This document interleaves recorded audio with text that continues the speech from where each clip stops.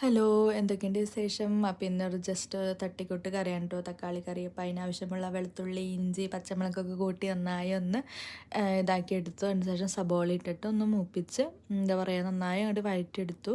കുറച്ച് ഉപ്പൊക്കെ ഇട്ട് കഴിഞ്ഞാൽ വേഗം താഴെ കിട്ടുമെന്ന് പറഞ്ഞു കേട്ടിട്ടുണ്ട്. അതിന് ശേഷം ബാക്കിയുള്ള പൊടികൾ ആവശ്യത്തിനുള്ളത് ഇട്ടു. മുളക് പൊടി, മല്ലിപ്പൊടി, മഞ്ഞൾപ്പൊടിയൊക്കെ ഇട്ട് നന്നായി ഒന്ന് മിക്സ് ചെയ്ത് കൊടുത്തു.